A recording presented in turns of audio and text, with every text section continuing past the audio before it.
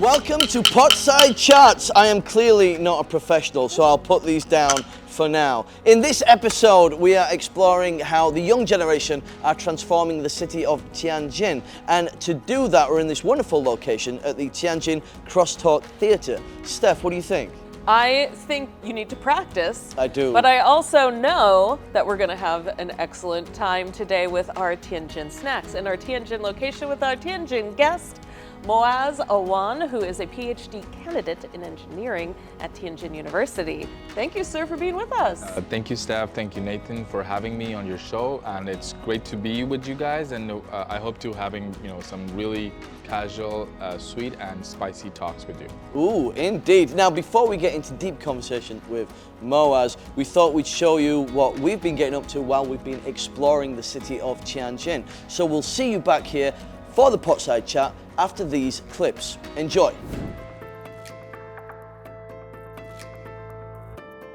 Put into operation this year, the Upool Innovation charging station uses green power.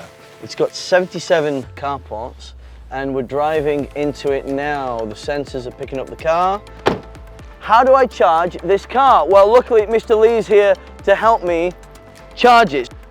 This one is the basic version of our storage unit. So this is like a giant battery? Yes, it's a battery. Put the connector into our, Okay, easy. So that's the basic version, but Yes. what is the next level up? This one is the Pro Max version. Oh, the Pro Max version. Yes.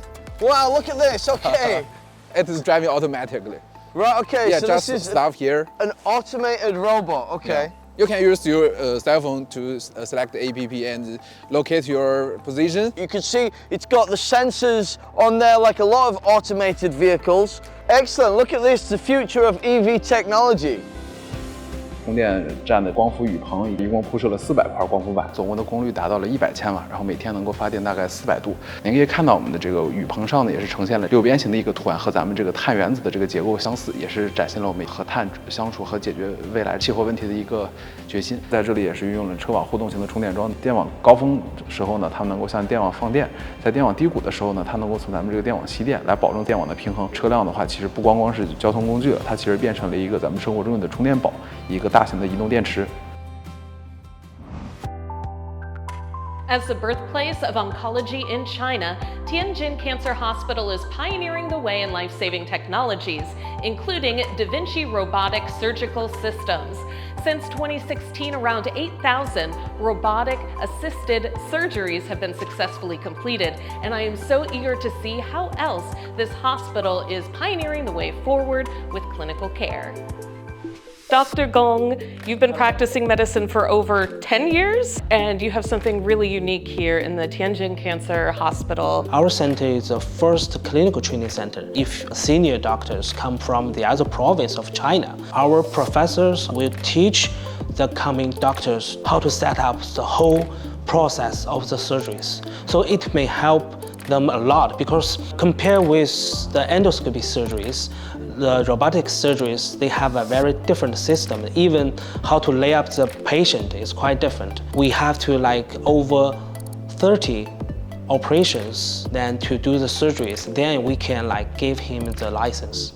Here in Tianjin, we may have 6 hospitals which have this kind of systems. We already have over 100 Vinci systems around the country.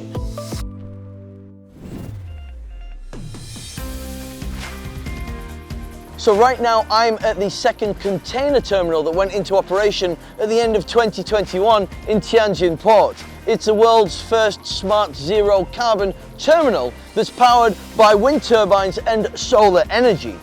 It cuts carbon emissions by around 75,000 tons annually. That's the equivalent of planting around 210,000 trees. I've invited this episode's guest, Moaz, to join me. How are you doing, buddy? I'm doing good, Nathan. Can you help me find somebody that can explain how any of this works? Oh, well, don't worry about it. I know exactly the person who knows each and every inch of Tianjin Port. So let's go and meet her. Great. Our ARTs, actually it's artificial intelligence robot of transportation. It's used for the horizontal transportation system and combined with the single trolley kick ring and the lock station, and we provide a new scheme for the terminal construction. In our terminal, we have a similar layout as most traditional terminal, but we have a smart intelligence brains that we can calculate the best routes, and we can saving the total time of the delivery container, so the efficiency will improve in our terminal.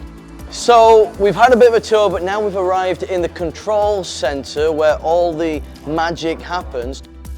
We can monitor and control the situation in the terminal. They are using our horizontal transportation system to dispatch the order for the ARTs. In the traditional terminal, and these remote controllers need to climb to the kick rings in the controller room, and it's very high and dangerous. Dangerous. But now they can control the kick rings in the office. Yeah, so the atmosphere and environment is improved greatly. I'm seeing this gentleman over here. He's putting the container on top of another container very, very accurately. They have lock between containers and containers, and we also have the high technologies to fix the position to make sure that all the containers is tightly connected.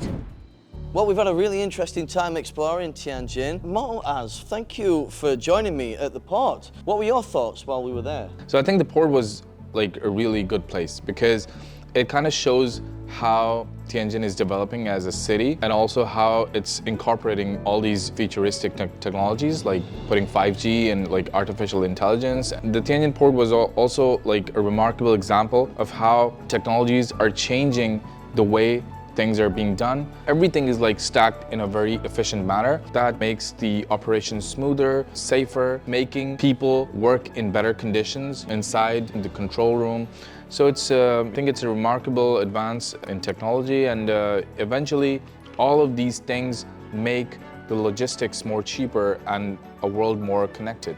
Yeah. Tianjin must be a really interesting place for you to study because there are so many new technologies being piloted here in the city. So you're not the first in your family to come and work and study in China, right? That's right, actually. My grandfather came to China in the 1920s. Then my father came to China around 79. Then I came to Tianjin in 2011, and I had this great opportunity to study at the Tianjin University, which is the first modern university in China. You have China cooperating with Pakistan on water port.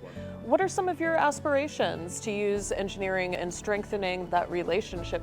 When the BRI project was initiated, that there was like immense focus between the two governments to create more infrastructure projects, more connectivity. And it's one of the few deep sea ports in the world. I hope that more technology like the ones we saw can be incorporated from the Tianjin port, be replicated at the Gwadar port. We hope we can have more of these technologies, the hospitals, the green energy, we can have all of it. Indeed, indeed. And I started a job, the Karot hydropower project. That is the first large-scale hydropower project under the Belt and Road Initiative, and it's a green project. It's going to be contributing electricity for about 5 million people and reducing 3.5 million tons of carbon dioxide emissions. I've been that generation which had to light up a candle and study. It sounds very dramatic, but because of the power shortages, now we don't have to do that anymore. So this is what the Belt and Road Initiative is all about. It's people-centric. It's about benefiting the people and also integrating economies with China, with each other, eventually making the world a much better place. Very exciting. A lot going on, a lot to look forward to, a lot of opportunities. I think that's pretty much it for this week's episode. So we're gonna enjoy some little tasty snacks and some little crosstalk between us, and we will see you beautiful viewers next time on Potside Chats. Take care. Bye. Bye.